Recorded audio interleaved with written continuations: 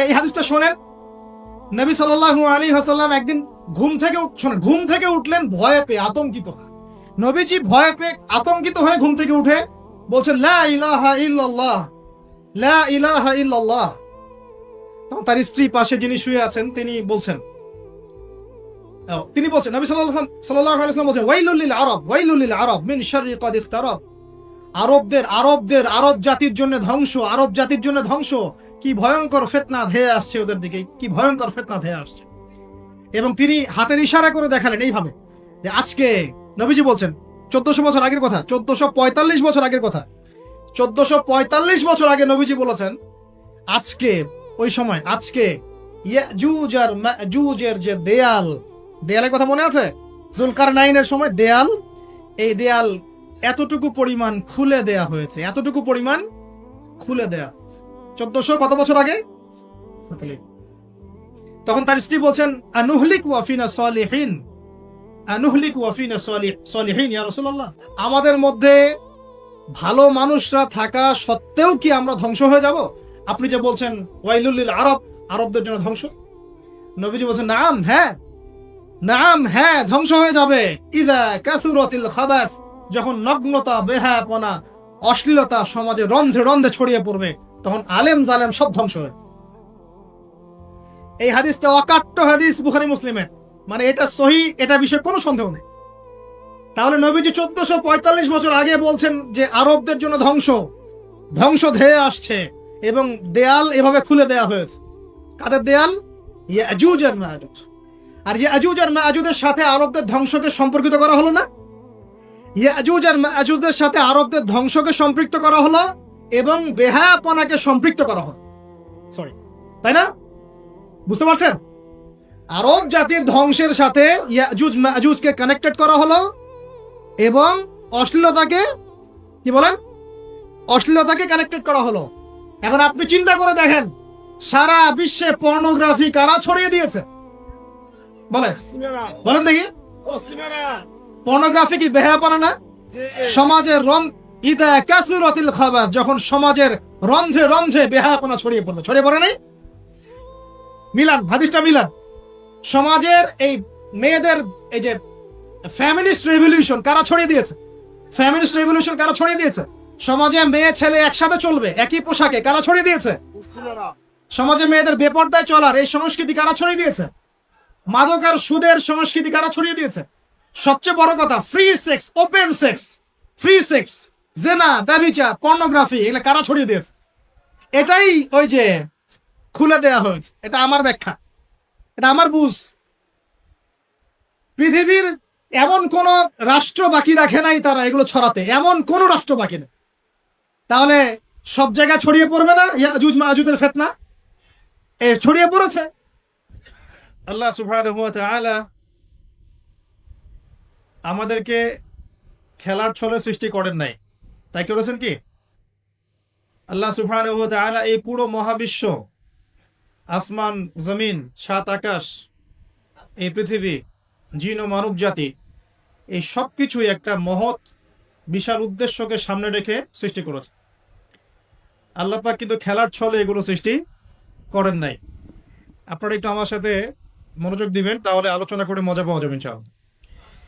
খেলার ছলে আল্লাহ পাক কোনো কিছু সৃষ্টি করেন নাই। উদ্দেশ্যটা কি? উদ্দেশ্য হচ্ছে আল্লাহ পাক বলছেন সূরা মুলকের মধ্যে, কোন সূরা? মুলকের মধ্যে, সূরা মুলক আমরা রাতের বেলা তেলাওয়াত করার অভ্যাস করব ইনশাআল্লাহ। এটা গুরুত্বপূর্ণ আমল এবং সুন্নাহ। এই সূরার প্রথম দিকে আল্লাহ পাক বলেছেন আল্লাযী খালাকাল মাউতা ওয়াল হায়াতা লিয়াবলুয়াকুম আইয়ুকুম আহসানু আমালা, লিয়াবলুয়াকুম আইয়ুকুম আহসানু আমালা। আল্লাহ পাক এই জীবন মৃত্যু মানে পুরো বিষয়গুলো সৃষ্টি করেছেন একটা উদ্দেশ্যে। উদ্দেশ্যটা হচ্ছে লিয়াবলুয়াকুম আইয়ুকুম আহসানু আমালা। আল্লাহ পাক দেখতে চান আমাদের মধ্যে আমলে শ্রেষ্ঠকে। আল্লাহ পাক দেখতে চান আমাদের মধ্যে আমলে আহসানকে। আহসান শব্দটা কি? আহসান। হাসান মানে হলো উত্তম, আহসান মানে সবচেয়ে উত্তম, কবির মানে হলো বড়, আকবার মানে কি বলেন? সবচেয়ে বড়, সগীর মানে ছোট, আসগর মানে সবচেয়ে ছোট। তো এখানে যে শব্দটা ব্যবহার করা হয়েছে এটাকে আমরা আরবি ব্যাকরণের ভাষায় বলি ইসমে তাফজিল, আর ইংরেজিতে বলি সুপারলেটিভ ফর্ম। কি ফর্মস? সুপারলেটিভ তো বোঝেন, যেটা দিয়ে সর্বোচ্চটা বোঝায়। এখানে হাসান এর সুপারলেটিভ হচ্ছে আহসান। আল্লাহ পাক দেখতে চান এই দুনিয়াতে আমরা আমলে আহসানকে। সুবহানাল্লাহ। আল্লাহ পাক দেখতে চান না গরু খাওয়া মুসলিমকে। আল্লাহ পাক দেখতে চান না জুমার দিনে কে নামাজ পড়তে আসে। আল্লাহ পাক দেখতে চান না ঈদের দিনে কারা নামাজ পড়তে আসে, রমজান মাস আসলে কারা মুসল্লি হয়। আল্লাহ পাক এটা দেখতে চান। আল্লাহ পাক কি দেখতে চান? আমলে আহসান। আহসান হতে হলে কি গতানুগতিক মুসলিম হলে চলবে, না শক্ত মুসলিম হতে হবে? কোনটা? মুসলিম এখন বাংলাদেশে মোটামুটি দুই প্রকার। একটা হচ্ছে সুবিধাবাদী মুসলিম, আর একটা হচ্ছে প্রকৃত মুসলিম। সুবিধাবাদী মুসলিম কেমন? নামাজও পড়বো, সুদও খাবো, আমি যাকাতও দিব, এদিকে ঘুষও নিব। ধরেন যে বছর বছর হজ ওমরা করলাম, আবার অন্যের সম্পদ আত্মসাৎ করছি, মানুষের উপর জুলুম করছি। মানে যে অংশটুকু পালন করতে আমার কোনো সমস্যা নাই, ওই অংশটুকু আমরা পালন করতে কোনো সমস্যা মনে করি না। আর যে অংশগুলো পালন করলে আমার দুনিয়ার ক্ষতি হয়, দুনিয়ার স্বার্থ ক্ষুণ্ণ হয়, সেগুলো আমরা পালন করতে চাই। এই ধরনের মুসলিমটাকে কি বলে? সুবিধাবাদী মুসলিম। ইংরেজি একটা সুন্দর শব্দ আছে, শব্দটা হলো Protestant version of Islam. Protestant version of Islam, ওই যে প্রোটেস্ট্যান্ট খ্রিস্টান আছে, প্রোটেস্ট্যান্ট খ্রিস্টান, ওই রকম প্রোটেস্ট্যান্ট মুসলিম মানে সুবিধাবাদী মুসলিম। তো সুবিধাবাদী মুসলিমদের জন্য কি জান্নাত? মুসলিম কাকে বলে? মুসলিমের সবচেয়ে সেরা এক্সাম্পল আল্লাহ পাক কোরআনে যেগুলো দিয়েছেন তারা হচ্ছেন নবীগণ। তারা কারা? নবীগণ। এবং সর্বশ্রেষ্ঠ নবীকে মুহাম্মদ রাসূলুল্লাহ সাল্লাল্লাহু আলাইহি ওয়াসাল্লাম। সেই সর্বশ্রেষ্ঠ নবী মুহাম্মদ সাল্লাল্লাহু আলাইহি ওয়াসাল্লামকে আল্লাহ পাক একজন নবীর দৃষ্টান্ত দিয়ে মুসলিম হওয়ার কথা বলছেন, মানে মুসলিম হওয়ার উৎসাহ দিচ্ছেন। কিভাবে? সেই নবীর নাম হচ্ছে ইব্রাহিম আলাইহিস সালাম। আল্লাহ পাক সূরা বাকারা পড়ে দেখবেন, শুরুর দিকে আছে, প্রথম পারার একদম শেষের দিকে। আল্লাহ পাক বলছেন, বা'দা আউযু বিল্লাহি মিনাশ শাইতানির রাজীম, ইয ক্বালা লাহু রাব্বুহু আসলিম। হে নবী মুহাম্মদ সাল্লাল্লাহু আলাইহি ওয়াসাল্লাম, যখনই আমি আল্লাহ ইব্রাহিমকে বলেছিলাম আত্মসমর্পণ করো, বুঝুন কথাটা, যখনই আমি আল্লাহ ইব্রাহিমকে বলেছিলাম আত্মসমর্পণ করো, ক্বালা, ইব্রাহিম বলেছিল আলাইহিস সালাম, আসলামতু লিরাব্বিল আলামিন, আমি জগৎ সমূহের প্রতিপালকের নিকটে কি করলাম? আত্মসমর্পণ করলাম। এটা কেমন ছিল আত্মসমর্পণ? আল্লাহ পাক বলেছেন তোমার স্ত্রী এবং সন্তানকে রেখে আসো। কোথায়? কোথায়? জনমানব শূন্য জায়গায়। তখন কাবাঘর নির্মাণ হয় নাই, সেখানে খাবারও নাই, পানিও নাই। ইব্রাহিম আলাইহিস সালামকে বলেছিলেন যে আল্লাহ আপনার এই আদেশের পিছনে যুক্তি কি, দর্শন কি, বিজ্ঞান কি? বলেন তো দেখি। ইব্রাহিম আলাইহিস সালাম কি আঙ্গুল তুলেছিলেন আল্লাহ পাকের আদেশের উপরে? না। এটা হলো মুসলিম। বলেছেন সন্তান বড় হয়েছে, ফালাম্মা বালাগা মাআহু সাইয়া, যখন বাচ্চা দৌড়াদৌড়ি করতে শিখলো, মানে দৌড় দিতে শিখলো বাবার সাথে, তখন তিনি বলছেন, ক্বালা ইয়া বুনাই, হে আমার সন্তান, ইন্নী আরা ফিল মানামি আন্নী আযবাহুক, আমি স্বপ্নে দেখেছি আমি তোমাকে জবাই করছি। ফানজুর মাযা তারা, তোমার কি রায় আমাকে বলো। সন্তান ইসমাঈল বলছেন, ইয়া বাতি, হে আমার বাবা, ইফআল মা তুমার, আপনাকে যে আদেশ করা হয়েছে আপনি তাই করুন। সুবহান। সাতাজিদুনি ইনশাআল্লাহু মিনাস সাবিরিন, ইনশাআল্লাহ আপনি আমাকে ধৈর্যশীল পাবেন। এই যে বাবা ছেলে, এটা হলো মুসলিম, এটা হলো ইসলাম। ইয ক্বালা লাহু রাব্বুহু আসলিম, আল্লাহ যখন তাকে বলেছেন আত্মসমর্পণ করো, ব্যাস তিনি বিনা বাক্য ব্যয়ে আল্লাহ পাকের হুকুমের সামনে মাথা পেতে দিয়েছে। এর নাম হলো কি? এখন বলেন এই মানদণ্ডে আমরা কতজন মুসলিম আছি? এখন নামাজের বৈজ্ঞানিক ব্যাখ্যা খোঁজে মানুষ, এখন রোজার বৈজ্ঞানিক ব্যাখ্যা খোঁজে, যাকাতের অর্থনৈতিক ব্যাখ্যা খুঁজি। ব্যাখ্যা তো আছে, আছে না নাই? এই ব্যাখ্যা আমার না জানলেও চলবে।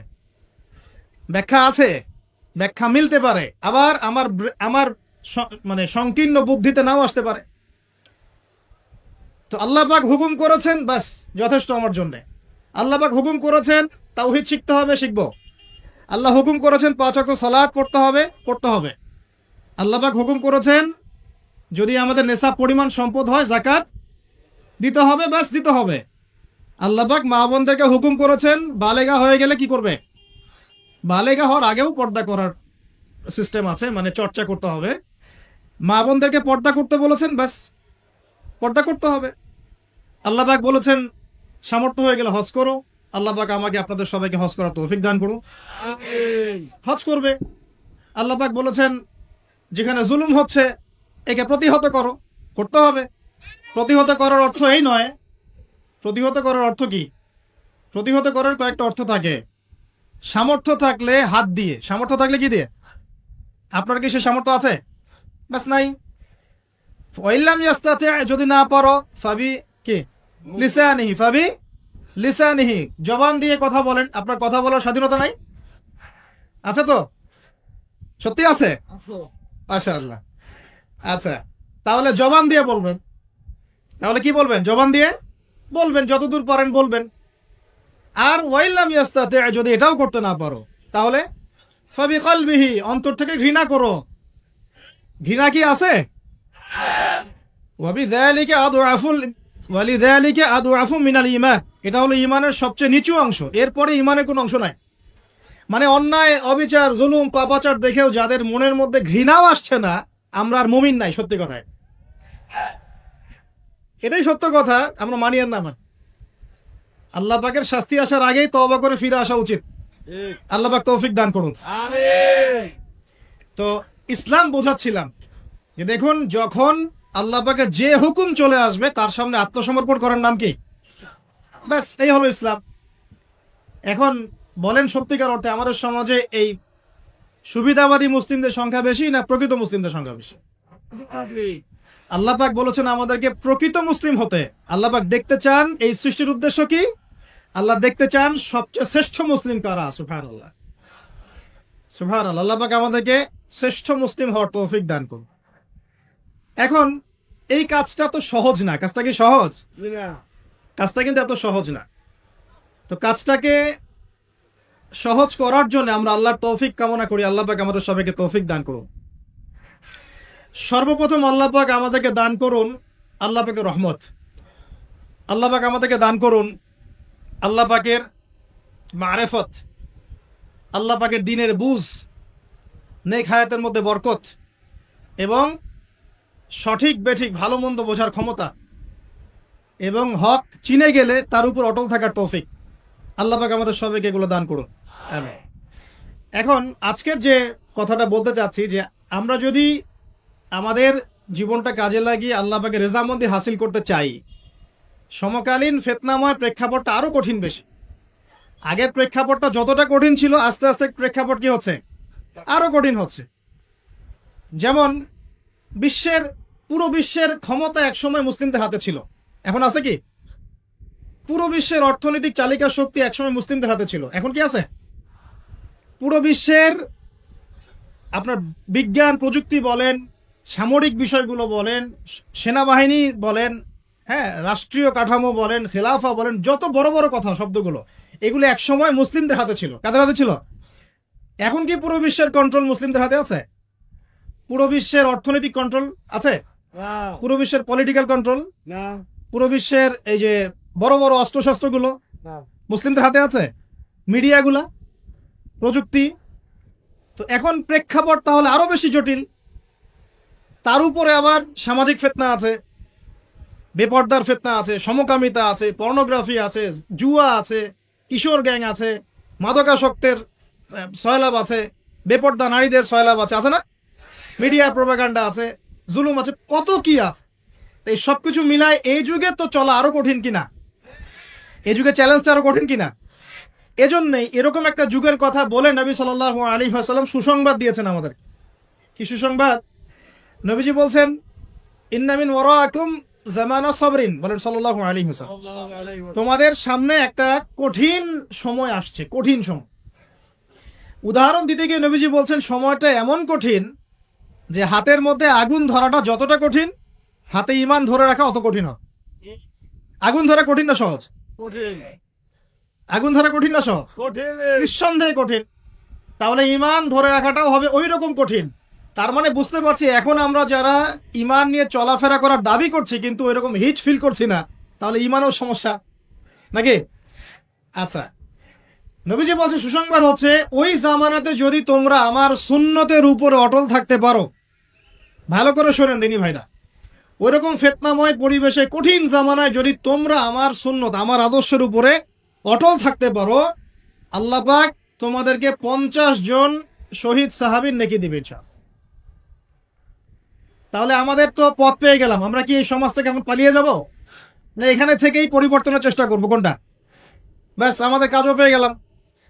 তো এখন এই পুরো কাজ নিজে আমল করা, দিন শেখা, পরিবার, সমাজ, দিনের দাওয়াত, এই সব কিছুকে একসাথে রেখে সামনে রেখে মোটামুটি ভাবে 5টা কাজ আমাদেরকে করতে হবে। রাজি আছেন ইনশাআল্লাহ? ইনশাআল্লাহ। এই 5টা হচ্ছে আলোচনার মূল বিষয়। 1 নাম্বার, কথা বললে ভাই অনেক কথা বলা যায়, মোটা দাগে 5টা আমাদের কর্তব্য এখন আল্লাহ পাক আমাদের সবাইকে করার তৌফিক দান করুন। 1 নাম্বার হচ্ছে দুনিয়ায় সফল হতে, পরকালে আল্লাহ রেজামন্দি হাসিল করতে এবং দ্বীন ইসলামকে আল্লাহর জমিনে বিজয়ী করতে সর্বপ্রথম আমাদের ঐক্যবদ্ধভাবে যে কাজটা করতে হবে সেটা হলো আল্লাহর দ্বীনের জ্ঞান শেখা, আল্লাহর দ্বীনের ইয়া শিখা ইলম অর্জন করা। একদম মুখস্থ করে নেন আজকের লেকচার। কি অর্জন করা? এলেম অর্জন করা, দ্বীনি এলেম অর্জন করা। আপনি দুনিয়াবি এলেমে ডক্টর, ইঞ্জিনিয়ার, পাইলট, ব্যারিস্টার, জজ যাই হন, দ্বীনি এলেম অর্জন করতে হবে। আপনি যেই হন না কেন, যে কেউ হন না কেন, দ্বীনি এলেম আপনাকে অর্জন করতে হবে। কতটুকু অর্জন করতে হবে? কতটুকু?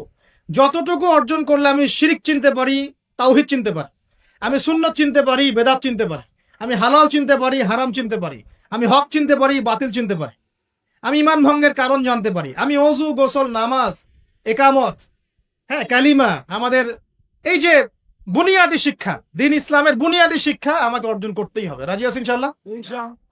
বাংলাদেশের বহু মানুষ নামাজ ঠিক মতো পড়তে জানেন, বহু মানুষ অজু করতে জানেন, বহু মানুষ ইস্তেনজাও করতে জানেন, আর বহু মানুষ কোরআন তেলাওয়াতও করতে জানেন। কোরআন তেলাওয়াত বিশুদ্ধ করে না শিখলে আপনি আজান দিতে পারবেন না, একামত দিতে পারবেন না, আপনি নামাজে দাঁড়িয়ে আল্লাহু আকবার বলে সানা পড়তে, সূরা ফাতিহা পড়তে, আরেকটা সূরা মেলাতে, রুকুর তাসবিহ, সিজদার তাসবিহ, তাশাহুদ, দুরুদ, মাসুরা এগুলো শুদ্ধ করে পড়তে পারবেন না। আর শুদ্ধ করে যদি না পড়েন অর্থ বিকৃত হয়ে যায় প্রচুর। মানে আমরা তো নামাজকে কি যে বানিয়ে ফেলেছি, আল্লাহ মাফ করুন, সুবহানাল্লাহ। মানে নতুন নতুন কত শব্দ বের করে ফেলেছি নামাজের মধ্যে। একটু অর্থের পার্থক্যের কারণে ঈমান কুফরের মতো অবস্থা চলে আসতে পারে। বিশুদ্ধ করে তাজবিদ সহকারে কোরআন তেলাওয়াত করা শিখতে হবে প্রথমে আপনাকে। মাদ্রাসায় যেতে হলে যাবেন, মক্তবে যেতে হলে যাবেন, প্রয়োজনে টিচারকে বাসায় নিয়ে এসে যদি পড়তে পারেন পড়েন, যেভাবে হোক আপনাকে কোরআন তেলাওয়াত শিখতেই হবে। আল্লাহ পাক তৌফিক দান করুন। আমরা নামাজের মধ্যে বলছি আলহামদুলিল্লাহ, আলহামদুলিল্লাহ রাব্বিল আলামিন। কি এটা? এটা কি পড়লেন মন্ত্র? আলহামদুলিল্লাহ রাব্বিল আলামিন এটা কি? আলহামদুলিল্লাহ, এই যে আলহামদু শব্দটা সঠিক করে উচ্চারণ করতে পারছেন অনেক। আলহামদু মানে সমস্ত প্রশংসা আল্লাহর জন্য। আলহামদুলিল্লাহ সমস্ত প্রশংসা। আলহামদুলিল্লাহ কি? আলহামদুলিল্লাহ মানে সমস্ত নিন্দা আল্লাহর জন্য। নাউজুবিল্লাহ। আমার কথা কি বিশ্বাস করছেন না? ওলামায়ে কেরামকে জিজ্ঞাসা করেন। কুল হু আল্লাহু আহাদ এটা কি? কুল হু আল্লাহু আহাদ মানে কি? তো কুল মানে খাও, কুল মানে কি? কুল হু আল্লাহু আহাদ, বলুন তিনি আল্লাহ এক। শব্দের অর্থ আছে তো? জি আছে। এখানে পেশাব করিবেন না, করিলে এত টাকা জরিমানা। আর কমাটা যদি না এর পরে নিয়ে বসাই তাহলে এখানে প্রসাব করিবেন না করিলে। আপনারা কি মনে করেন যে আরবির এরকম সিকোয়েন্স নাই? বলছে কুলহু সূরা, সূরাটার নাম কি কুলহু? না। কুলহু বলে কোনো শব্দ আছে? কুল একটা শব্দ, হুয়া আলাদা শব্দ। কুল হুয়া আল্লাহু আহাদ, কুল হুয়াল্লাহু আহাদ। এই তো আমরা কত ভুল করি পদে পদে। সামি আল্লাহু লিমান হামিদা আছে না? সামি আল্লাহ, আল্লাহ তার কথা শোনেন, লিমান হামিদা, যে তার প্রশংসা করে, মানে যে আল্লাহর প্রশংসা করে আল্লাহ তার কথা শোনেন। এন্ড আমরা শব্দ বানিয়েছি সামি আল্লাহ হুলিমান হামিদা। তো হুলিমান হামিদা কি শব্দ? হুলিমান হামিদা বলে কোন শব্দ আছে? সামি আল্লাহু লিমান হামিদা, সামি আল্লাহু লিমান হামিদা। তো এই যে পদে, আমি বলতে গেলে নামাজ নিয়ে রাত পার হয়ে যাবে। পদে পদে পদে পদে আল্লাহু আকবার শব্দটা, আল্লাহু আকবার, আল্লাহু আকবার বানিয়ে যায়। আকবার, আকবার মানে কি? অনেকের আজান শুনে মনে হয় যে গিয়ে একটা পিটন লাগাই দিয়ে, একামত শুনলে মনে হয় যে একটা পিটন লাগাই দেয়। কাতকা মাতি সালা, কাতকা মাতি সালা, এটা আবার কি? এগুলো কি মানে এই যে এগুলো কেন হচ্ছে জানেন? একটাই কারণে, কারণ বিশুদ্ধ করে আমরা কুরআনুল কারীম তেলাওয়াত করা শিখছি না। তো দিন কায়েম করবে, দাওয়াতের কাজ, মেহনত, জিহাদ, একামতে দিন, কত বড় বড় কথা। আর বেসিক এই কোরআন তেলাওয়াত করা শেখার নাম নাই। আমরা ইয়াংদের মধ্যে একটা সমস্যা দেখছি এখন, ফ্যান্টাসি। ফ্যান্টাসি ফ্যান্টাসি মানে আগে হয়তো মানে বিপথে ছিল, হেদায়েত পেয়েছে, ইসলামের দিকে এসেছে, এখন অনেক বড় বড় স্বপ্ন। মাশাআল্লাহ, স্বপ্ন দেখা ভালো, বড় বড় স্বপ্ন, বড় বড় ইচ্ছা। অনলাইনে বসে গরম করে ফেলছে একদম, ফেসবুক গরম, ইউটিউব গরম, হ্যাঁ, ব্লগ দিয়ে ভর্তি গরম। কিন্তু বেসিক যে কোরআন তেলাওয়াতটা করা শিখবে সেটা ঠিক নেই। 3 মাস কোরআনটা তেলাওয়াত করা শিখবে একজন আলেমের কাছে নাই। একটা কোর্স লঞ্চ করে দেন, 6 মাস, 6 মাস ক্লাস করবে না, প্রথমে 1 মাস ক্লাস করে পরে নাই, 5 মাস নাই। এইভাবে ভাই দিনের হয়তো সামান্য কিছু খেদমত হতে পারে, সামগ্রিক পরিসরে ইসলাম বিজয়ী হবে না। এক কথায় আমরা যদি এই যুগের আবু বকর, ওমর, ওসমান, আলী রাদিয়াল্লাহু আনহুম আজমাইন হতে না পারি, তাহলে এই যুগের সেই ইসলামী খেলাফা বাস্তবায়িত হবে না। এটা হলো মূল কথা। এই পথের প্রথম কাজটাই হচ্ছে দ্বীনি ইলম অর্জন করা। আর ইলম অর্জন করাটা আপনার জন্য কি? নফল, মুস্তাহাব, সুন্নত না ফরজ? এটা কে বলেছেন? রাসূলুল্লাহ সাল্লাল্লাহু আলাইহি ওয়াসাল্লাম বলেছেন, তালাবুল ইলমি ফরিদাতুন আলা কুল্লি মুসলিম। তালাবুল ইলম মানে জ্ঞান অর্জন করা, ফরিদা ফরজ মানে কি? ফরজ মানে বাধ্যতামূলক, আলা কুল্লি মুসলিম, কুল্লি মানে কি? প্রত্যেক। কুল্লি মানে কি? কুল্লু মানে প্রত্যেক, প্রত্যেক মুসলমানের উপরে, প্রত্যেক মুসলমান যে মুসলমান দাবি করে নিজেকে, কালিমা পড়েছে, তার উপরে জ্ঞান অর্জন করা ফরজ করেছেন আল্লাহ। আপনি কোরআন তেলাওয়াত না শিখে থাকতে পারবেন না, তো এটা আপনার উপর ফরজ করা হয়েছে। নামাজ কি পড়ছেন, কি বলছেন, এটা আপনাকে শিখতে হবে, তো এটা ফরজ করা হয়েছে। আজান দেওয়া শিখতে হবে, একামত দেওয়া শিখতে হবে, ইমামতি করার যোগ্যতা অর্জন করতে হবে। এই মালয়েশিয়ার একটা ভালো জিনিস দেখলাম যে ওখানে প্রাইমারি লেভেল থেকে, মানে স্কুল লেভেল থেকেই এই মাদ্রাসা এবং মানে জেনারেল, এটা আলাদা করে করে কোনো প্যাটার্ন করা নাই, এটা একসাথেই প্যাটার্নটা করে দেয়া। মানে আপনি স্কুলে ভর্তি হলে, স্থানীয় স্কুলে বা কলেজে যেভাবে তারা সিস্টেম করেছে, ইসলামের বুনিয়াদী শিক্ষাটা বাধ্যতামূলক শিক্ষা। যে কেউ, তাদের সিভিলিয়ানদের মধ্যে যে কেউ ইমামতি করতে পারে। মাশাআল্লাহ, এটা আমাদের করা উচিত ছিল না? আমরা কি মুসলিম প্রধান দেশের অধিবাসী না? আমরা জোর দাবি জানাই যে শিক্ষা ক্ষেত্রে একটা আমূল পরিবর্তন নিয়ে আসতে হবে ইনশাআল্লাহ। একদম প্রাইমারি লেভেল থেকে ইসলামিক শিক্ষাকে আমাদের দেশে বাধ্যতামূলক করা হোক। মাদ্রাসার শিক্ষা মাদ্রাসায়, আবার সেকুলার শিক্ষা সেকুলার শিক্ষাতে, এই দুদিকে চলছে। তাহলে একজন ব্যক্তি যে এই যে স্কুলে ভর্তি হলো, আপনার ছেলে এখানে 10 বছর পড়বে, এসএসসি পরীক্ষা দিবে, এইচএসসি, তারপরে অনার্স মাস্টার্স, এই 20 বছরে ইসলামটা শিখবে কি? যতটুকু শিখছে এই শিক্ষাটা তো প্র্যাকটিক্যালি প্রয়োগও করতে পারছে না।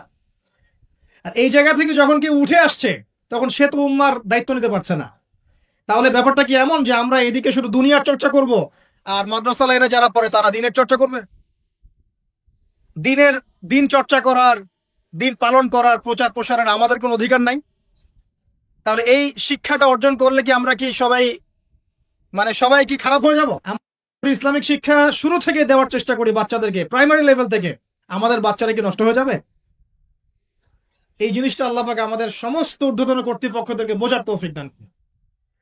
আল্লাহ পাক আমাদের ঊর্ধ্বতন কর্তৃপক্ষদেরকে এই বিষয়টা বোঝার তৌফিক দান করুন যে ইসলামী শিক্ষায় কল্যাণ ছাড়া অকল্যাণ কিছু নাই। এখানে যদি অন্য ধর্মাবলম্বী কেউ থাকেন, সে তার ধর্ম চর্চা করবে, কোনো সমস্যা? আমরা আমাদের ধর্ম শিখবো ইনশাআল্লাহ। তো এই জিনিসটা আমাদের বুনিয়াদি শিক্ষা। এখন যদি আপনি না পারেন, এখন আপনার কাছে ওই পাওয়ার নাই, ক্ষমতা নাই, ইমপ্লিমেন্টের সুযোগ নাই, তাহলে কি করবেন? তাহলে এখন যে আপনি 20 বছর পড়াশোনা করে ফেলেছেন জেনারেল লাইনে, এখন কি করবেন? এখন আপনার জন্য কিছু অপশন খোলা আছে। এক, স্থানীয় বরেণ্য ওলামায়ে কেরাম যারা আছেন তাদের সাথে পরামর্শ করে সিলেবাস তৈরি করে নিয়ে পড়াশোনা করুন, এটা একটা অপশন। দুই, আপনারা কিছু দিনী ভাই ব্যাচ করে করে ওলামায়ে কেরামের কাছে গিয়ে একটা একটা করে কিতাব শেষ করেন। দুই। তিন, অনলাইনে কিছু কোর্সেস চলছে, এই কোর্সেসগুলো করতে পারেন, কাজে দিতে পারে। তবে অনলাইনে কোর্স অফলাইনের মতো হয় না। অফলাইনে ওস্তাদদের সামনে বসে যে পড়াশোনা, এটা অনলাইনে পাবেন না ভাই, ঠিক আছে?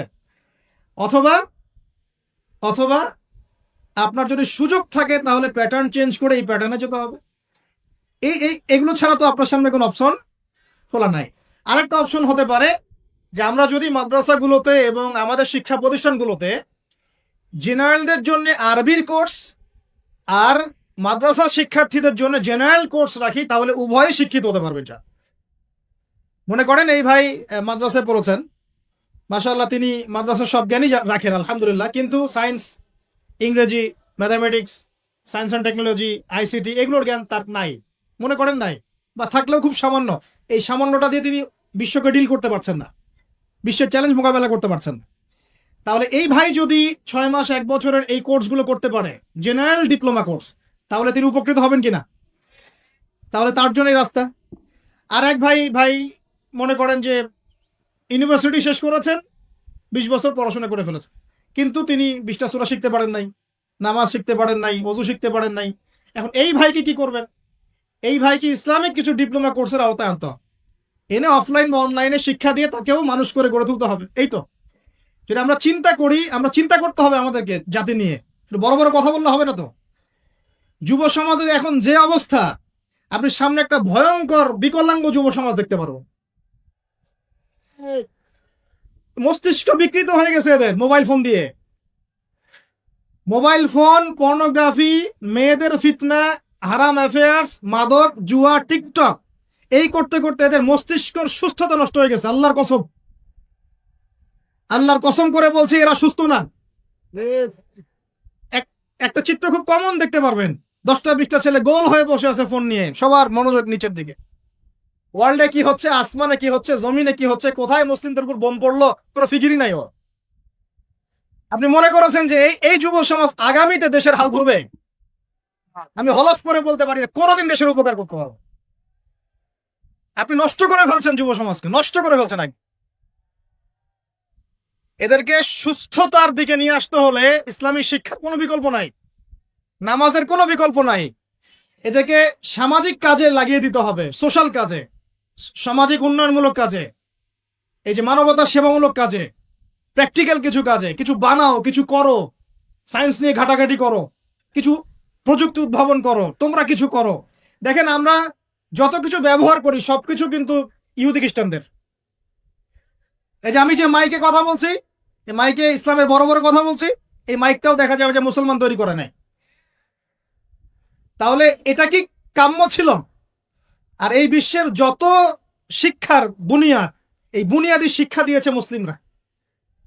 বিশ্বাস না করলে খালি আপনি 1200 বছর ইতিহাসটা পড়ে দেখেন। ইবনে সিনার নাম শুনেছেন?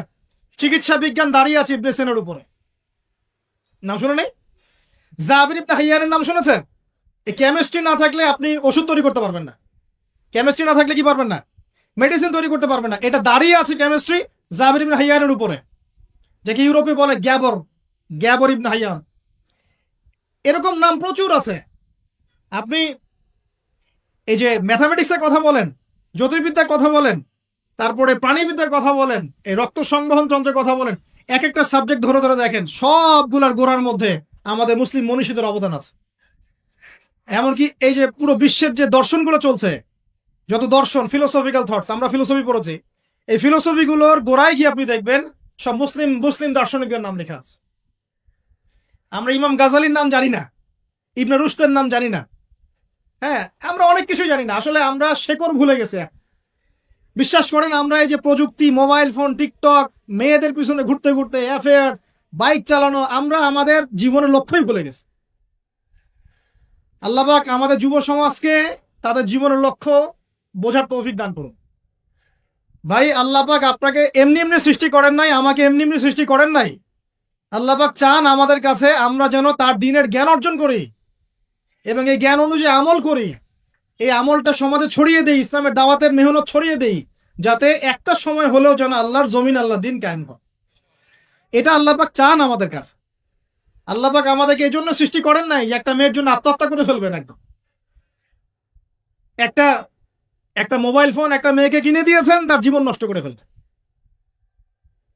যে বাবারা মেয়েদেরকে ফোন কিনে দিয়েছেন, জীবন নষ্ট করে ফেলেছে এবং তার মাধ্যমে আরো 10টা ছেলেরও জীবন নষ্ট করেছে।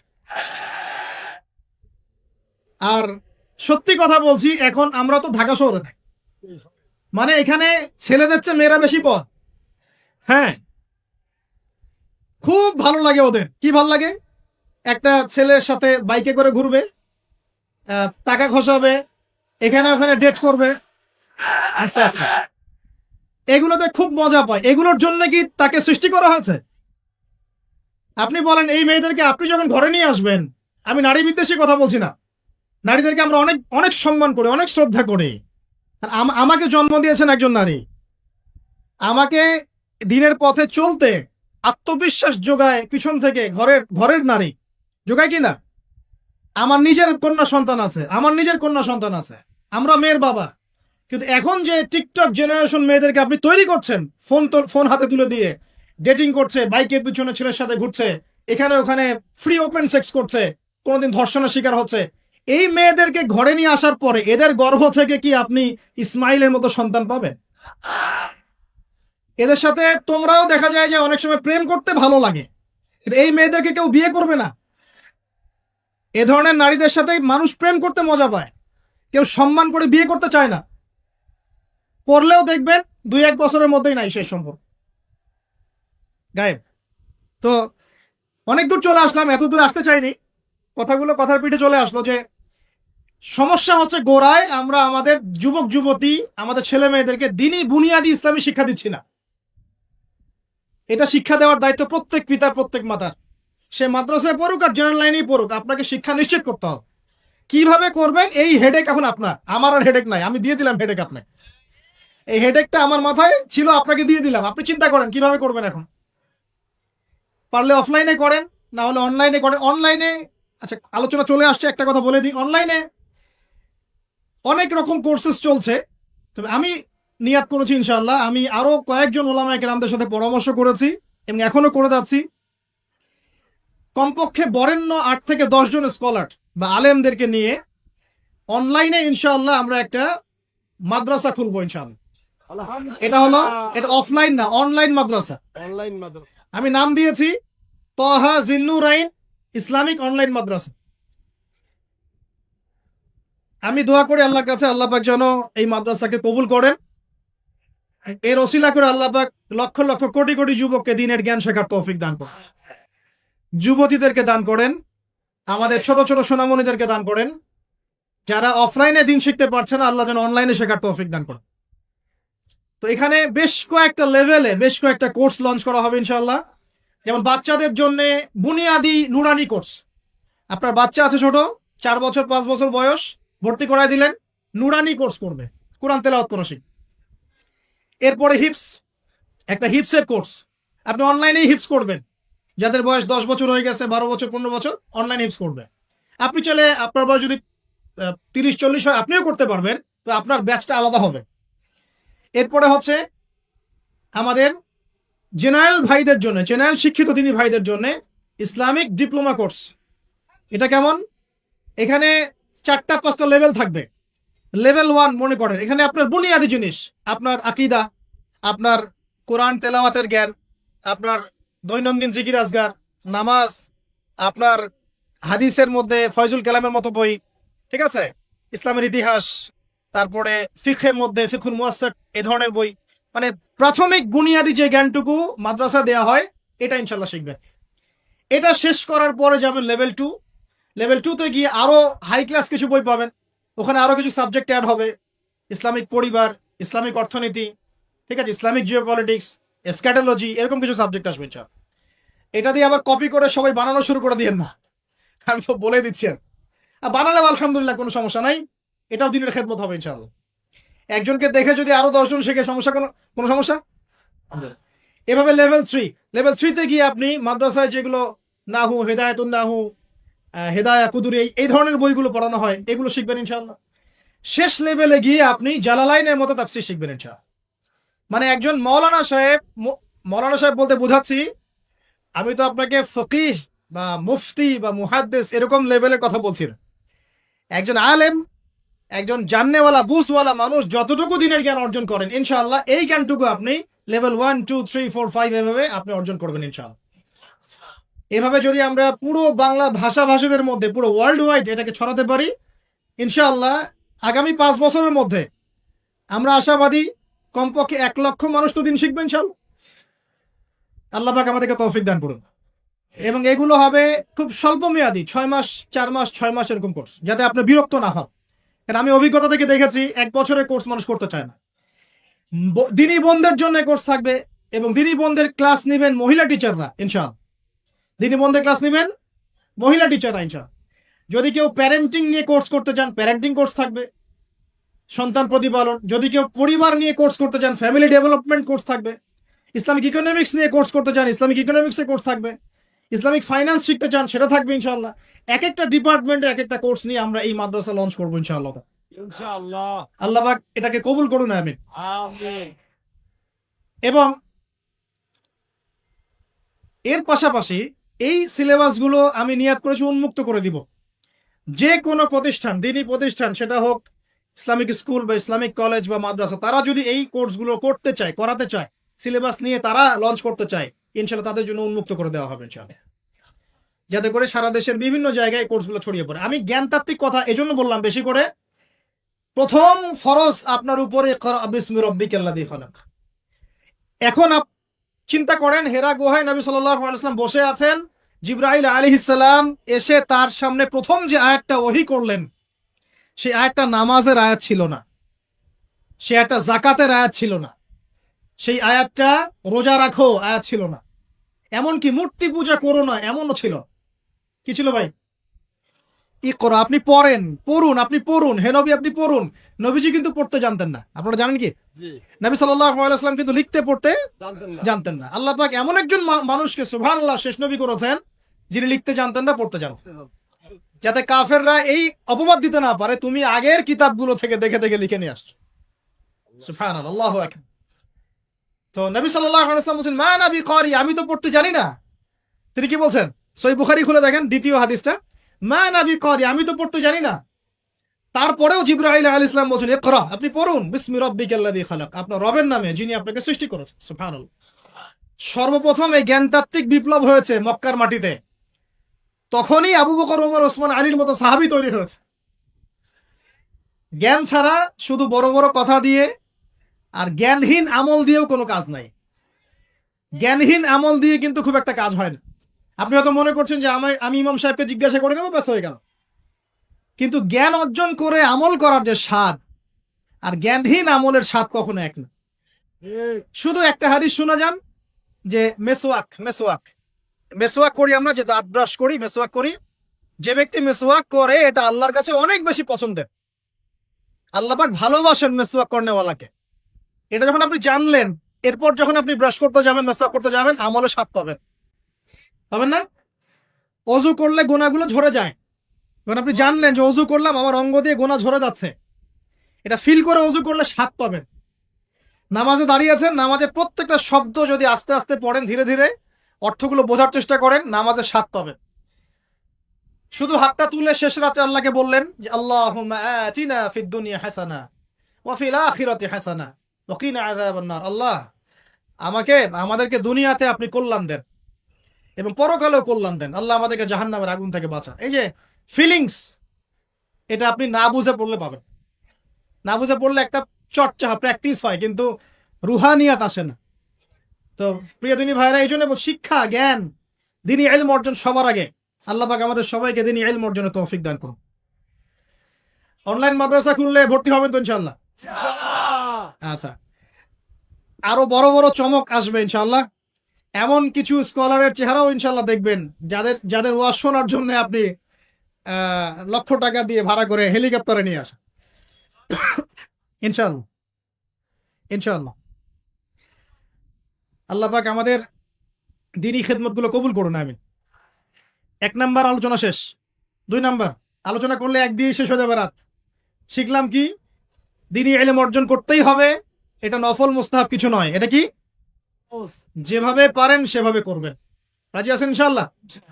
নিয়াত করতে পারি যে আগামী 1 বছরের মধ্যে, 1 বছর সময় দিলাম, আগামী 1 বছরের মধ্যে আমরা কোরআন বিশুদ্ধ করে তেলাওয়াত করা শিখবো ইনশাআল্লাহ। শুধু তাই না, যারা কোরআন তেলাওয়াত করতে জানি, 1 বছরের মধ্যে কোরআনের শুরু থেকে শেষ পর্যন্ত, আলিফ লাম মিম থেকে মিনাল জিন্নাতি ওয়ান নাস পর্যন্ত অন্তত একবার পুরো খতম দেব ইনশাআল্লাহ। আর যারা আরো ভালো পড়তে পারি, দ্রুত পড়তে পারি বা হাফেজা কোরআন আছি, 1 বছরের মধ্যে আলিফ লাম মিম থেকে মিনাল জিন্নাতি ওয়ান নাস অন্তত একবার যে কোনো একটা তাফসীর বা অনুবাদ পড়ে দেখব ইনশাআল্লাহ। পারা যাবে ইনশাআল্লাহ। একটা তাফসীর বাসায় কিনবেন, মাস্ট বি। যারা বিগিনার মানে নতুন শিখছেন, নতুন পড়া শিখছেন, তারা কিনবেন মারিফুল কোরআন। কি কিনবেন? এগুলো কিন্তু ভাই ওয়াজ না, এটা আপনার সাজেশন। ওয়াজ করলে সুর করে অনেক ওয়াজ করা যায় কি না? এই কথাগুলো আপনার জীবনে কাজে দিবে ইনশাআল্লাহ, সারা জীবন কাজে দিবে ইনশাআল্লাহ। যারা বিগিনার মানে আপনি শুরু করেছেন প্রথম, বড় বড় বই আগে ধরতে যাবেন না, আগে মানে নিচু লেভেলের বইগুলো, নিচু লেভেল বলতে সহজ বইগুলো আগে পড়বেন। প্রথম পড়বেন তাফসীর পড়তে গেলে মারিফুল কোরআন। যারা বিগিনার, যারা অনেক পড়াশোনা করছেন, চর্চা করছেন, ভালো কোন তাফসীর পড়বো ফিক্স করতে পারছেন না, 2টো তাফসীর বলুন। এক হচ্ছে তাফসীর ইবনে কাসির, এটা পড়তে পারেন, হাদিস দিয়ে করা আছে তাফসীরটা। অথবা আমার সবচেয়ে ফেভারিট তাফসীর, সেটা হলো তাফসীরে জালালাইন। তাফসীরে এটা রহমতের বৃষ্টি, চিন্তা করেন না। আলহামদুলিল্লাহ। কিসের বৃষ্টি? বদরের যুদ্ধের আগের রাত্রে বৃষ্টি হয়েছে। বদরের যুদ্ধের আগের রাত্রে কি হয়েছে? ওই বৃষ্টির সম্পর্কে আল্লাহ পাক বলেছেন এটা হলো রহমতের বৃষ্টি, যাতে তোমাদের কলব শক্ত হয়। আর আমাদের হাতে এখন 15-20 মিনিট সময় আছে, আমরা গুটিয়ে নিব। তো তাফসীর কোনটা পড়বেন বিগিনাররা? তাফসীরে মারিফুল কোরআন, ঠিক আছে, বাংলা অনুবাদ আছে। আর যারা একটু স্টাডি করেন বেশি, তারা পড়বেন ইবনে কাসির এবং জালালাইন। জালালাইনটা সবচেয়ে মজা পাবেন, স্বাদ পাবেন, অনেক কিছু আছে এর মধ্যে। জালালাইনের মধ্যে এত এত রস আছে, এত নূর আছে, মারিফত আছে, যেটা আমি অন্য অন্য তাফসীরে পাই না। আল্লাহ পাক লেখককে জান্নাতুল ফেরদাউস দান করুন। 2 জন সংকলন করেছেন। তো এরপরে আমরা ইলম অর্জনের পরে দ্বিতীয় যে কাজটা করা দরকার পুরো গ্লোবাল প্রেক্ষাপটে এবং উম্মার জন্য, ব্যক্তিগত পর্যায়ে, সব ক্ষেত্রে দ্বীনের স্বার্থে, সেটা হলো ইলম অনুযায়ী আমল করতে হবে। ইলম অনুযায়ী আমল শুরু হবে ভাই আগামীকাল থেকে না, আজকে রাত থেকে ইনশাআল্লাহ। ইনশাআল্লাহ। আগামীকাল থেকে আমল না, এখন থেকে আজকে রাত থেকে আমল ইনশাআল্লাহ। এই রাতের আমল কি? ঘুমানোর সময় ঘুমানোর সুন্নত, সূরা মুলক তেলাওয়াত করবেন, আয়াতুল কুরসি পড়বেন, সূরা ফাতিহা, ফালাক, নাস, ইখলাস, পারলে সূরা ওয়াকিয়া ইত্যাদি পড়ে নিজেকে দম করে নেবেন, ব্যাস, তারপরে ঘুমিয়ে যাবেন। ঘুমানোর সময় আল্লাহুম্মা বিইসমিকা আমুতু ওয়া আহইয়া, এই সময় দোয়া কবুল হবে। বৃষ্টির সময় কি হয়? আচ্ছা, আমরা মাঝখানে দোয়া করে নেই, বৃষ্টি যদি শেষ হয়ে যায় আবার আমরা দোয়া করে আল্লাহ পাক আমাদের সবাইকে দ্বীনি ইলম অর্জনের তৌফিক দান করুন। আমাদের সবাইকে আল্লাহ পাক দ্বীনি ইলম অনুযায়ী বেশি বেশি আমল করার তৌফিক দান করুন। আল্লাহ পাক বক্তা শ্রোতা সবাইকে, খাস করে আমাদের যুব সমাজকে আল্লাহ পাক লম্বা নেক হায়াত দারাজ করুন। আল্লাহ পাক আমাদের সবাইকে আদর্শ পরিবার করে দিন। আমাদের সন্তানদেরকে আল্লাহ পাক মানুষ করার তৌফিক দান করুন। আমাদেরকে আল্লাহর ঘর জিয়ারতের তৌফিক দান করুন। আল্লাহ পাক আমাদের সবাইকে দিন রাত দাওয়াতের কাজ করার তৌফিক দান করুন।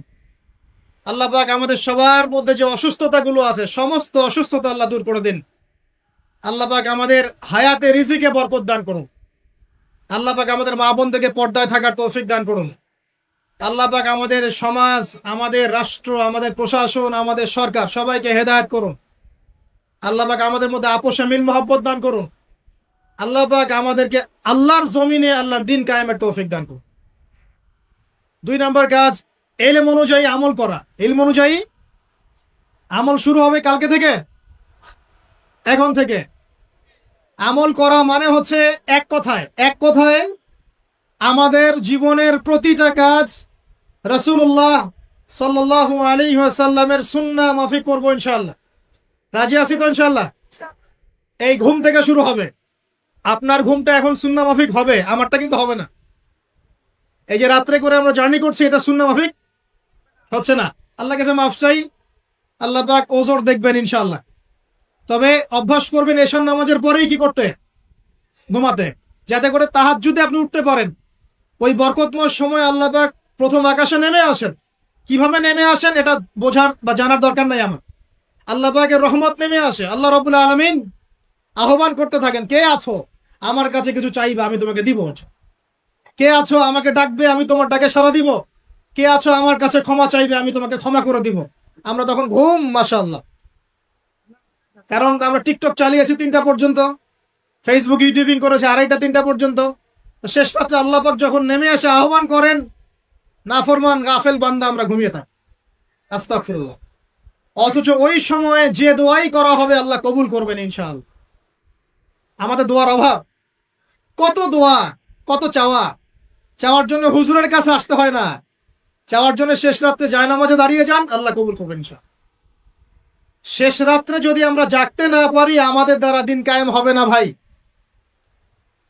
সাহাবীরা যারা বদর উহুদ খন্দকে যুদ্ধ করেছেন তারা শেষ রাত্রের দরবেশ ছিলেন, দরবেশ, শেষ রাত্রের দরবেশ। আর দিনের বেলা ঘোরসাওয়ার। কি বুঝলেন? শেষ রাত্রে দরবেশ মানে একদম আল্লাহওয়ালা মানুষ। শেষ রাত্রে চোখের পানিতে জায়নামাজ ভিজে যাইতো, দাড়ি ভিজে যাইতো। এই মানুষগুলো আবার দিনের বেলা ছুটতেন, ঘোড়া ছুটাতেন, তাদের হাতে ইসলাম বিজয় লাভ করেছে। অতএব শেষ রাত্রে জাগার অভ্যাস করে আল্লাহ পাক তৌফিক দান করুন। সাউন্ড শুনতে পাচ্ছেন? আচ্ছা, ঠিক আছে। তাহলে আমল শুরু হবে আজকে থেকে, রাত থেকে। তারপর দিন ঘুম থেকে উঠলেন, ফজর নামাজ জামাতে পড়বো না, নামাজের পরে তেলাওয়াত করবো না, জিকির আজকার করবো না, তারপর একটু পড়াশোনা করবো কিনা, খাওয়া দাওয়া কেমন হবে, 7 পেট নাকি নবী সুন্নাহ মাফিক? কাফেররা খায় 7 পেট, কয় পেট? আর মুমিন বান্দা খায় পেটের 3 ভাগের 1 ভাগ। খাওয়ার টেবিলে হেরে গেলে যুদ্ধের মাঠে জিততে পারবেন না। খাওয়ার টেবিলে হেরে গেলে যুদ্ধের মাঠে জিততে পারবেন না। যুদ্ধ মানে আদর্শিক যুদ্ধের কথা বলছি, ইলেকশনের যুদ্ধের কথা বলছি না। ঠিক আছে, আল্লাহ মাফ করো। তো এই সিজনগুলো আসলে অনেক ভাই মারা যায় কিনা? আল্লাহ পাক আমাদেরকে আপোষের এই ফিতনা থেকে হেফাজত করুন। এই হাদিসটা শোনেন, নবী সাল্লাল্লাহু আলাইহি ওয়াসাল্লাম একদিন ঘুম থেকে উঠলেন ভয়ে পেয়ে, আতঙ্কিত। নবীজি ভয়ে পেয়ে আতঙ্কিত হয়ে ঘুম থেকে উঠে বলছেন, লা ইলাহা ইল্লাল্লাহ, লা ইলাহা ইল্লাল্লাহ। তখন তার স্ত্রী পাশে যিনি শুয়ে আছেন তিনি বলছেন নবী সাল্লাল্লাহু আলাইহি ওয়াসাল্লাম বলছেন, ওয়াইলুল লিল আরব মিন শাররি ক্বাদ ইখতারাব। আরব জাতির জন্য ধ্বংস, কি ভয়ঙ্কর ফিতনা ধেয়ে আসছে ওদের দিকে, কি ভয়ঙ্কর ফিতনা ধেয়ে আসছে। এবং তিনি হাতের ইশারা করে দেখালেন এইভাবে যে আজকে, নবীজি বলছেন 1400 বছর আগের কথা, 1445 বছর আগের কথা, 1445 বছর আগে নবীজি বলেছেন আজকে, ওই সময় আজকে ইয়াজুজ আর মাজুজের যে দেয়ালের কথা মনে আছে? জুলকারনাইনের সময় দেয়াল, এই দেয়াল এতটুকু পরিমাণ খুলে দেয়া হয়েছে, 1400 কত বছর আগে? তখন তার স্ত্রী বলছেন, আনুহলিকু ওয়াফিনা সলিহিন ইয়া রাসূলুল্লাহ, আমাদের মধ্যে ভালো মানুষরা থাকা সত্ত্বেও কি আমরা ধ্বংস হয়ে যাব? আপনি যে বলছেন ওয়াইলুল লিল আরব, আরবদের জন্য ধ্বংস। নবীজি বলছেন, নাম হ্যাঁ ধ্বংস হয়ে যাবে। ইদা কাসুরাতিল খাবাস, যখন নগ্নতা, বেহায়াপনা, অশ্লীলতা সমাজে রন্ধে রন্ধে ছড়িয়ে পড়বে, তখন আলেম জালেম সব ধ্বংস হয়। এই হাদিসটা অকাট্য হাদিস বুখারী মুসলিমের, মানে এটা সহি, এটা বিষয়ে কোনো সন্দেহ নেই। তাহলে নবীজি 1445 বছর আগে বলছেন যে আরবদের জন্য ধ্বংস ধেয়ে আসছে, এবং দেয়াল এভাবে খুলে দেয়া হয়েছে। কাদের দেয়াল? ইয়াজুজ আর মাজুজ। আর ইয়াজুজ আর মাজুজের সাথে আরবদের ধ্বংসকে সম্পর্কিত করা হলো না। ইয়াজুজ আর মাজুজদের সাথে আরবদের ধ্বংসকে সম্পৃক্ত করা হলো এবং বেহায়াপনাকে সম্পৃক্ত করা হলো। সরি, তাই না? বুঝতে পারছেন? আরব জাতির ধ্বংসের সাথে ইয়াজুজ মাজুজকে কানেক্টেড করা হলো এবং অশ্লীলতাকে, কি বলেন, অশ্লীলতাকে কানেক্টেড করা হলো। এখন আপনি চিন্তা করে দেখেন, সারা বিশ্বে পর্নোগ্রাফি কারা ছড়িয়ে দিয়েছে? বলেন সিনেমা বলেন দেখি। ও সিনেমা পর্নোগ্রাফি কি বেহায়াপনা না? সমাজের ইদা কাসুরাতিল খাবাত, যখন সমাজের রন্ধ্রে রন্ধ্রে বেহায়াপনা ছড়িয়ে পড়লো, ছড়িয়ে পড়ে নাই? মিলান, হাদিসটা মিলান। সমাজের এই মেয়েদের এই যে ফ্যামিলিস্ট রেভলিউশন কারা ছড়িয়ে দিয়েছে? ফ্যামিলিস্ট রেভলিউশন কারা ছড়িয়ে দিয়েছে? সমাজে মেয়ে ছেলে একসাথে চলবে একই পোশাকে কারা ছড়িয়ে দিয়েছে? সিনেমা সমাজে মেয়েদের বেপর্দায় চলার এই সংস্কৃতি কারা ছড়িয়ে দিয়েছে? মাদক আর সুদের সংস্কৃতি কারা ছড়িয়ে দিয়েছে? সবচেয়ে বড় কথা, free sex, open sex, free sex, জেনা, ব্যভিচার, পর্নোগ্রাফি, এগুলো কারা ছড়িয়ে দিয়েছে? এটাই ওই যে খুলে দেয়া হয়েছে। এটা আমার ব্যাখ্যা, এটা আমার বুঝ। পৃথিবীর এমন কোন রাষ্ট্র বাকি রাখে নাই তারা এগুলো ছড়াতে, এমন কোন রাষ্ট্র বাকি নেই। তাহলে সব জায়গায় ছড়িয়ে পড়বে না ইয়াজুজ মাজুজের ফিতনা? ছড়িয়ে পড়েছে। আল্লাহ পাক আমাদেরকে হেফাজত করুন, আমিন। আমাদের সংস্কৃতি নিয়ে আমরা বুক ফুলে বাঁচবো ইনশাআল্লাহ। আমাদের সংস্কৃতি নিয়ে আমরা চলবো ইনশাআল্লাহ। আমাদের কোরআন আছে, হাদিস আছে, আমাদের নবী আছেন, আমাদের সাহাবীরা আছেন, আমাদের দিন আছে ইনশাআল্লাহ। আমাদের অন্য কাউকে প্রয়োজন আছে? এই যে প্রযুক্তিগত কথাগুলো বললাম, একটু মাথা খাটান, এগুলো আমরাই তৈরি করতে পারবো ইনশাআল্লাহ। সব ঢেলে সাজানো যাবে ইনশাআল্লাহ তাআলা। আল্লাহ পাক আমাদেরকে বোঝার তৌফিক দান করুন। তাহলে 1 নাম্বার কি বলেছিলাম ভাই? ইলম অর্জন। 2 নাম্বার ইলম অনুযায়ী আমল। আর এই আমলটাকে শুধু ব্যক্তি জীবনে না, জীবনের সব ক্ষেত্রে আল্লাহ কবুল করুন। 3 নাম্বার নিজের পরিবারের যত্ন নিন। নিজের ইলম অর্জন করেছেন, আমল করছেন, এখন অনেক বড় বড় কথা অনেকে বলবে, আগে পরিবার ঠিক করেন। আগে কি করবেন? ব্যাস, পরিবার বলতে আপনার স্ত্রী সন্তান। কারণ বাবা মাকে দাওয়াত দেওয়া যাবে, বাবা মাকে গালমন্দ করা যাবে না, বকাঝকা করা যাবে না। বাবা নামাজ পড়েন, আপনি কি মাই দিতে পারবেন? মা নামাজ পড়েন, আপনি কি মাই দিতে পারবেন? পারবেন। তবে এই যুগে কিছু হতভাগা আছে, এরা বাপ মাকেও গায়ে হাত তোলে না। এই যুগে এমন কিছু হতভাগা ছেলে মেয়ে জন্ম হয়েছে, আল্লাহ মাফ করুক, এরা পিতা মাতার সাথেও কি জঘন্য আচরণ করে। পিতা মাতা দোয়া নিবেন, যাদের সাথে পিতা মাতার দোয়া থাকে জীবনে সফল হবে ইনশাআল্লাহ। যার সাথে পিতা মাতার দোয়া নাই, অবস্থা খারাপ, অবস্থা খারাপ। আল্লাহ মাফ করুক আমাদেরকে। এখন পরিবার বলতে আপনার স্ত্রী সন্তান প্রথম প্রায়োরিটি পাবে। আর পিতা মাতাকে আপনি দাওয়াত দিবেন, নসিহত করে বোঝানোর চেষ্টা করবেন। আপনার সন্তান যদি 10 বছর বয়সে নামাজ না পড়ে, তখন তাকে আপনি পিটাতে পারবেন, কিন্তু আপনি বাবাকে মারবেন পারবেন? আর পরিবারের কিছু বিষয় এটা আপনি পাবেন প্যারেন্টিং বইয়ের মধ্যে। আর আল্লামা তকি উসমানী দামাত বারাকাতুহু শাইখের একটা কিতাব আছে, ইসলাম ও পারিবারিক জীবন। ইসলাম ও পারিবারিক জীবন, এই বইটা পড়লে আপনি অনেক কিছু জানতে পারবেন। আমি ডিটেলস বলে দেওয়ার সময় পাচ্ছি না আজকে। এক কথায়, পরিবারের মধ্যে তাওহীদ থাকবে, শিরক থাকবে না, ঠিক আছে? পরিবারের মধ্যে সুন্নতের চর্চা থাকবে, কোনো বেদাত থাকবে না। পরিবারে হালাল রিজিক থাকবে, কোনো হারাম ঢুকবে না। পরিবারের বিয়ে করব যখন, দিনদারিতা দেখে মেয়ে চুজ করব, সৌন্দর্য শ্বশুর টাকা পয়সা দেখে নয়। হ্যাঁ, সৌন্দর্য থাকতে পারে, সৌন্দর্য থাকলে নূরুন আলা নূর, আরো ভালো। কিন্তু যদি মেয়েটা এই যে আমাদের এখনকার সুন্দরী বলতে আপনারা যাদেরকে বোঝেন, নাম নিচ্ছি না, তাদের মতো সুন্দরী নাও হয়, মন খারাপ করার কিচ্ছু নাই। এগুলো সব আর্টিফিশিয়াল সুন্দর। কি সুন্দর? আসল সৌন্দর্য হচ্ছে কলবে। আসল সৌন্দর্য কোথায়? কলবে। আর আর তাদের কাছে যা আছে আপনার স্ত্রীর কাছে তাই আছে। এমন এক্সট্রাঅর্ডিনারি কিছু নাই ওদের কাছে। যা আপনার স্ত্রীর কাছে আছে তা তাদের কাছে সেম জিনিস, সেম সেম। এখানে এত বেশি লোভনীয় হওয়ার কিছু নাই। পর্নোগ্রাফি দেখতে দেখতে মানুষের মাথাটা এমন নষ্ট হয়ে গেছে, নিজের স্ত্রীকে এখন আর ভাল লাগে না, মানুষের বউকে ভাল লাগে, তাই না? এটার একমাত্র কারণ পর্নোগ্রাফি দেখা। যারা পর্নোগ্রাফিতে আসক্ত, আল্লাহ পাকের কাছে তওবা করবেন, বের হয়ে আসবেন, না হলে আপনি জীবনে কখনো সুখী হতে পারবেন। আপনি মন থেকে কখনো কনফিডেন্ট থাকতে পারবেন না, সুখী হতে পারবেন না। আল্লাহর সামনে দাঁড়ায় চোখের পানি ফেলতে পারবেন না, চোখটা নষ্ট হয়ে গেছে। তো আল্লাহ পাক আমাদের যুবক ভাইদেরকে পর্ন থেকে হেফাজত করুন। নিজের